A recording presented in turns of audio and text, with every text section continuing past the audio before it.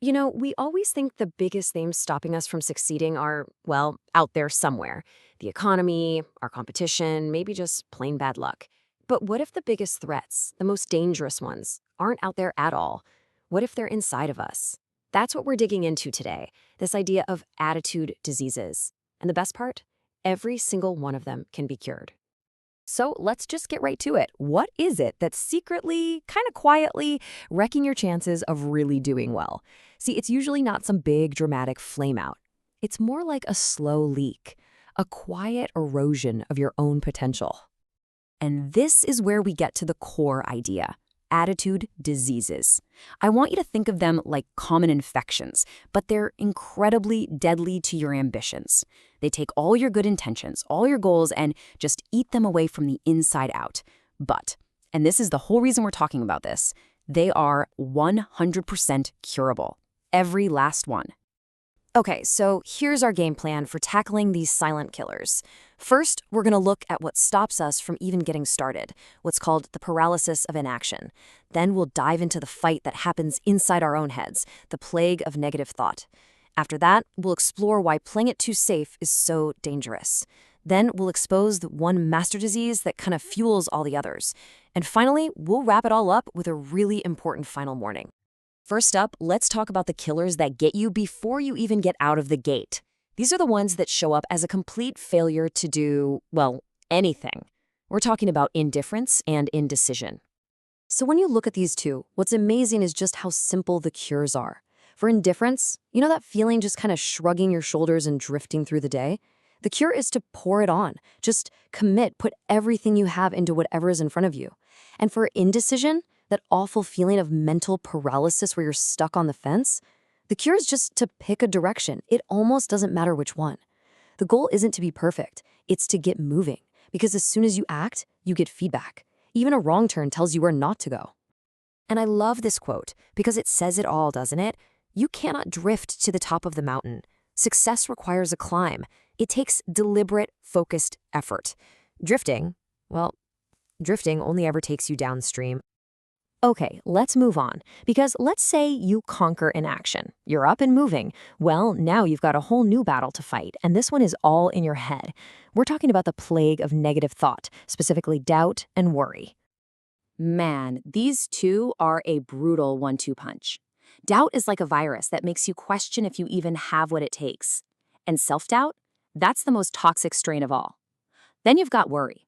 Worry is just this devastating force that bleeds into everything: your health, your relationships, your personal life. It is just completely and totally exhausting. So, how do you fight back? Well, the cure for doubt is to become a believer, starting with yourself. That moment you really begin to understand your own self-worth, that's the starting line for all progress. And for worry, the cure is to just give it up, to see it as a useless habit and starve it of attention. Now, that is not easy. It's like a mental muscle you have to train every day. But it is so worth it to finally get that monkey off your back and get all that wasted energy back. All right, this next one is tricky. It's sneaky because it can actually feel like you're being smart and responsible, but it's just as deadly as the others. This is the timid approach to life, the disease of overcaution. And you'll recognize this disease by its favorite phrase. It's that little voice in your head that's always asking, but what if? What if I fail? What if something goes wrong? Look, this isn't careful planning. It's a mindset that's completely rooted in fear, and its only job is to keep you from ever trying anything at all. See, overcaution sends you on a search for the perfectly safe path, but you just end up huddled in a corner hoping nothing bad happens. And you know what? Nothing bad does happen. But nothing good happens either. The other option is the adventurous path, the one where you accept that life is risky and you decide to give it a go anyway. You don't ask for security, you ask for adventure. And this is the bottom line, right here. Playing it safe has a massive cost. Inaction comes with a price tag, and believe me, it is almost always higher than the risk of trying and failing. It's the bill you get for a life filled with missed opportunities. So now we've arrived at the big one. The master disease, the one that sort of feeds all the others we've talked about. This is pessimism. This is the real root of the problem. Here's a really powerful way to think about this. Imagine your mind is a factory, okay? Now, every factory needs ingredients. What are they? They're everything you let in: what you read, what you watch, who you listen to, the thoughts you have all day long. Your mind, the factory, takes all those ingredients and processes them. And the finished product? Well, that's the very fabric of your life. And you just can't build a rich, positive life out of cheap, negative ingredients. It's impossible. This coffee analogy, it's a little intense, but man, does it make the point. If your absolute worst enemy secretly puts sugar in your coffee, you're fine. But if your best friend in the world, totally by accident, puts strychnine in your coffee, you're dead. The lesson is crucial. It doesn't matter who hands you the poison. Negative ideas, pessimistic inputs, they are toxic no matter where they come from. And that brings us to the ultimate cure for pessimism. You have to be the gatekeeper. You have to be the guard at the door of your own mind every single day and be incredibly picky about the ingredients you allow into your mental factory.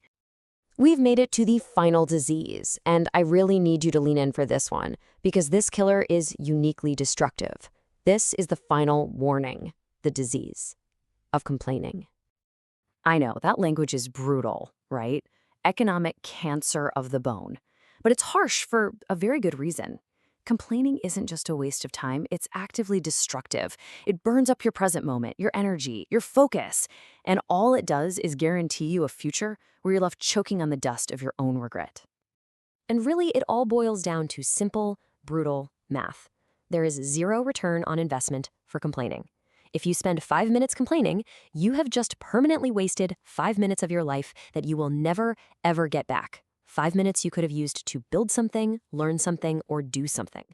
So when you step back and look at all 7 of these, you have to see this for what it is. It's a war. It's an internal war against these diseases. And that war is being fought every single day, in your thoughts and in your actions. So the only question I have left for you is this: are you winning?